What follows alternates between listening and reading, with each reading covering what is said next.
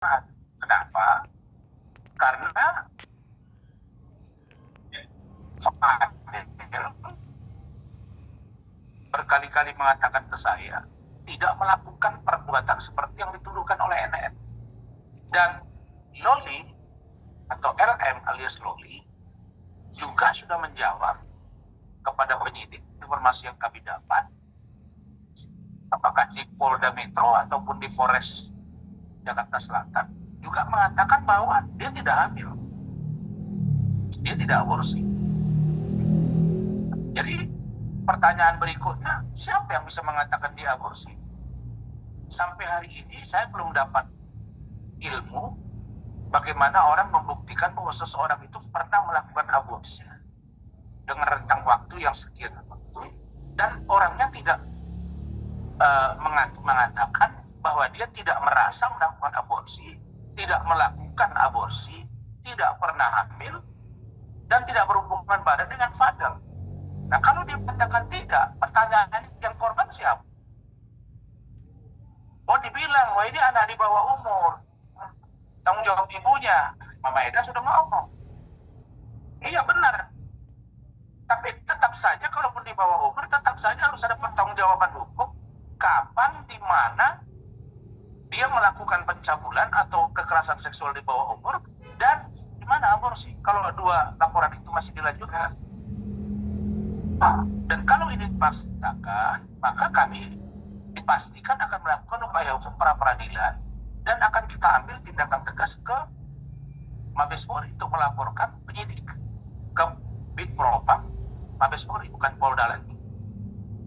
Dan melalui teman-teman media ini, saya sampaikan, kami mendesak setelah selesai pemeriksaan Eda, kami juga minta agar penyidik memeriksa ayahnya, Loli. Kenapa? Karena kita harus tahu gitu. Karena kan menurut keterangan dari NM bahwa ayahnya Loli itu orang berada, ada dan jelas. Nah, kita nggak pernah tahu siapa. Jangankan barangkali kami ingin bertanya, mungkin bisa jadi Loli juga ingin tahu. Karena menurut Fadil ke saya, Loli sendiri ingin tahu siapa bapaknya. Ini menurut pengakuan Fadil dan Martin, saya dan keluarganya. Mereka tidak tahu siapa bapaknya sampai hari ini.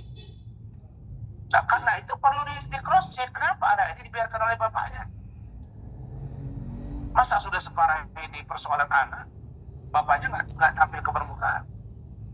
Jangankan anak kandung, anak tiri saja, kalau kita bersama dengan ibunya terus ada seseorang anak dari istri kita bermasalah hukum dan dia anak tiri kita terpanggil moral kita untuk ingin tahu dengan masalah itu.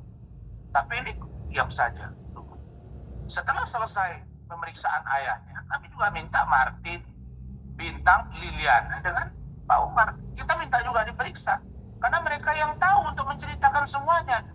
Jadi bukan di perlambat-lambat. Jadi NM ini ya, dengan pengacaranya ini, kalau sudah bicara berkali-kali tidak dapat dibuktikan, sudahlah. Minta maaf lah sama saya. Kan kemarin katanya mau ngasih 5 miliar. Saya sudah terima tawaran 5 miliar.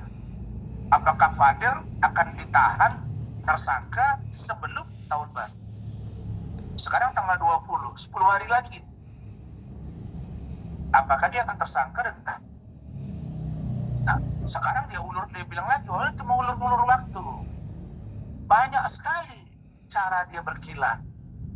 Makanya saya bilang, kalau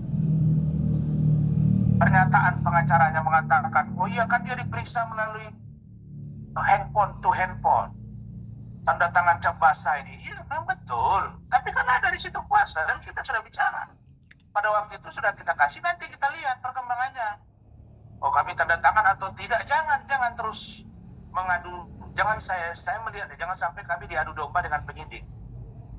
Ya, jadi saya akan tanya nanti bagaimana posisi para, bagaimana posisi tanda tangan. Dan kalau penyidik merasa tidak komprehensif keterangan itu karena tidak bertetap muka langsung, ada peraturan Kabareskrim. Bahwa saksi yang dianggap pantas dan patut dimintai keterangan Jika dia berada di luar negeri, maka itulah gunanya ada Kepala Divisi Hubungan Internasional, Irjen Polisi Krisnamurti. Harus bergerak dari situ. Silakan mereka berangkat, dibiayai negara demi terangnya peristiwa hukum. Kalau kami gampang aja, kalau kurang konkret, kalau kurang absah di mata mereka, berangkat aja ke sana, kan negara bayar. Bukan kami yang hadirkan. Oh iya, kami yang hadirkan karena kami menganggap ini penting. Apakah Kementerian PPA yang kami minta datang terus mereka diperiksa, kami kasih biaya? Kan tidak. Beda kasusnya. Kalau lembaga ke lembaga, itu memang mainannya begitu. Dari hubungan internasional, mungkin koordinasi ke atas bidang pertahanan keamanan atau bidang hukum di Kedutaan Besar Republik Indonesia di Inggris, bisa koordinasi mereka. Nggak sulit, saya kan kuliah di luar negeri. Nggak sulit, ada atasenya, ada atase pertahanan, ada semua di situ. Jadi konkretnya harus dilakukan pemeriksaan secara komprehensif. Harus lihat pertanyaan secara komprehensif. Tidak boleh sepotong-sepotong. Nah, jadi setelah selesai itu, barulah kami minta gelar perkara khusus untuk kita uji di dalam gelar ini. Mana bukti mereka sehingga ini naik sini. Kita harus tahu dong. Jadi nggak bisa serta-merta seperti itu. Itu poin satu.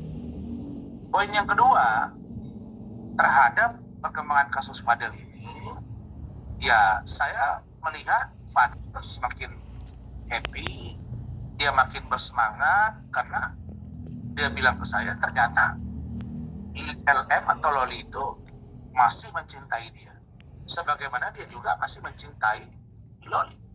Bahkan dia ingin segera begitu usia mencukupi, dia ingin menikahinya. Dan kalau umur 18 tahun ternyata tidak dapat restu juga, ya mungkin mereka akan pergi. Nah, jadi kalau saya lihat dari sikap orang tua, saya kan orang tua juga, punya anak juga. Ya, kalau seperti itu posisi anak, ya, makanya saya dorong ke NM. Sudahlah, restui saja. Masa sudah diambil dari rumah, dari apartemen, dipaksa, dibawa safe house 4 bulan. Segala macam bahasa yang kami duga dipelintir. Mengatakan menyesal lalu, tahu-tahu bilang I love you Fadel. Gimana? Harusnya ini memukul wajah dari NM. Wajah dalam pengertian yang memukul apa yang dia sampaikan itu ternyata tidak sesuai. Nah, jadi ini harus menurut saya diperbaiki hubungan Fadel dengan NM, hubungan NM dengan Loli atau NM. Sini aja muter-muter. Nah, jadi kami minta gelar perkara. Itu poin 2. Poin 3,